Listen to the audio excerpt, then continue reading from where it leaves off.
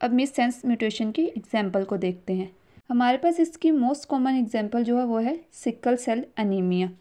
Sickle cell anaemia, यहाँ पर ये जो वर्ड है ना सिकल, इसके ऊपर ज़रा गौर करें। सिकल हमारे पास क्या होता है? एक्चुअली सिकल जो है वो हमारे पास एक इंस्ट्रूमेंट होता है। ये वाला जो इंस्ट्रूमेंट है ये मोस्ट कॉमनली हमारे जो फार्मर्स हैं, हमारे किसान भाई हैं, वो इसको क्रॉप्स की कटिंग वगैरह के लिए यूज़ करते हैं। अब नेक्स्ट वर्ड आ जाता है हमारे पास सेल। ये सेल क्या, हमें सेल के वर्ड से पता चल रहा है कि इस डिसीज़ के अंदर बॉडी का कोई सेल इफ़ेक्ट होगा। नेक्स्ट हमारे पास है एनीमिया। एनीमिया में क्या होता है? ये एक डिज़ीज़ है, इसका नेम ही बता रहा है, एनीमिया शॉर्टेज ऑफ ब्लड होती है। इसके अंदर बॉडी का जो सेल है उसकी शेप जो है वो क्रिसेंट टाइप या फिर इस तरह सिकल टाइप हो जाएगी। अब वो कौन से सेल होंगे, क्या चीज़ होगी और इसका मिससेंस म्यूटेशन के साथ क्या रिलेशनशिप है, ये सारी चीज़ें हम लोग देखते हैं। ह्यूमन के बॉडी के अंदर क्रोमोसोम 11 के ऊपर एक जीन होती है जिसको बीटा ग्लोबिन जीन कहते हैं। उसके ऊपर ये नॉर्मल डीएनए का सीक्वेंस होता है। ये जो डीएनए का सीक्वेंस है नेक्स्ट कन्वर्ट होता है एमआरएनए के अंदर ट्रांसक्रिप्शन के थ्रू। न्यूक्लियोटाइड का जो सीक्वेंस है 3-3 की फॉर्म में असेंबल होते हैं और एक कोडॉन जनरेट करते हैं। अब ये वाले जो कोडॉन है ये किसी न किसी पर्टिकुलर अमाइनो एसिड को ट्रांसलेशन के प्रोसेस में कोड करते हैं, जैसे कि CCU ये कर रहा है प्रोलीन को। उसके बाद नेक्स्ट वन है हमारे पास GAG, ये कर रहा है ग्लूटामिक एसिड को। और नेक्स्ट वन है हमारे पास GAG, ये भी कर रहा है किसको? ग्लूटामिक एसिड को। और इसके रिजल्ट में हमारे पास जो बनती है प्रोटीन वो होती है, ये सब अमाइनो एसिड किसके पॉलीमर होते हैं? ये होते हैं हेमोग्लोबिन मॉलिक्यूल के अंदर। अब ये हेमोग्लोबिन मॉलिक्यूल क्या होते हैं? हेमोग्लोबिन प्रोटीन क्या करती है?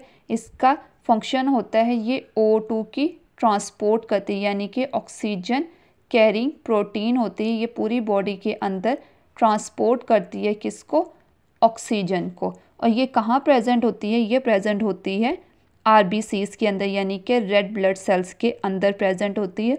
और रेड ब्लड सेल्स का जो नॉर्मल स्ट्रक्चर होता है वो इस तरह का होता है, डिस्क टाइप होता है।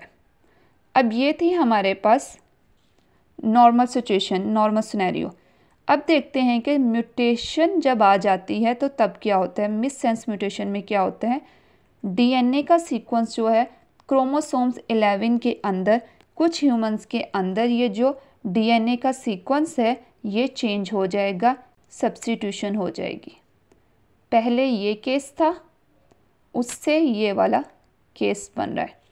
इस सब्स्टिट्यूशन के रिजल्ट में जो एमआरएनए का सीक्वेंस है डेफिनेटली वो भी चेंज हो जाएगा।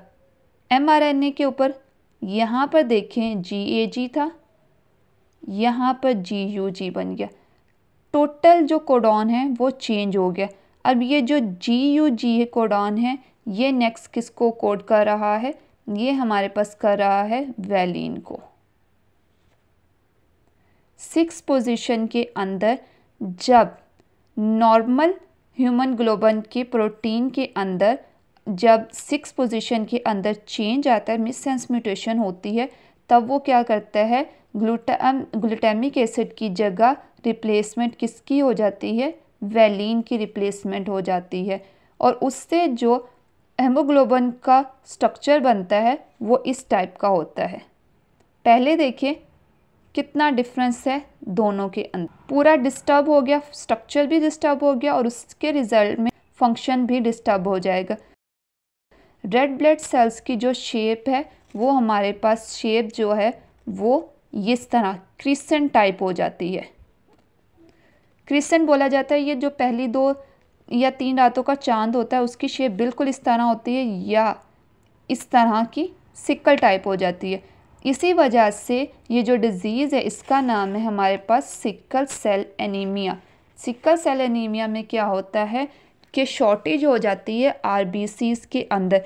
इस तरह के पेशेंट जो होते हैं, जिन पर्सनस के अंदर होती हैं, वहाँ पर आरबीसीज का जो लाइफ स्पैन होता है वो बहुत शॉर्ट होता है, जिसकी वजह से पेशेंट्स के अंदर आरबीसीज की शॉर्टेज हो जाती है और उनके अंदर, ऐसे लोगों के अंदर खून की कमी होती है।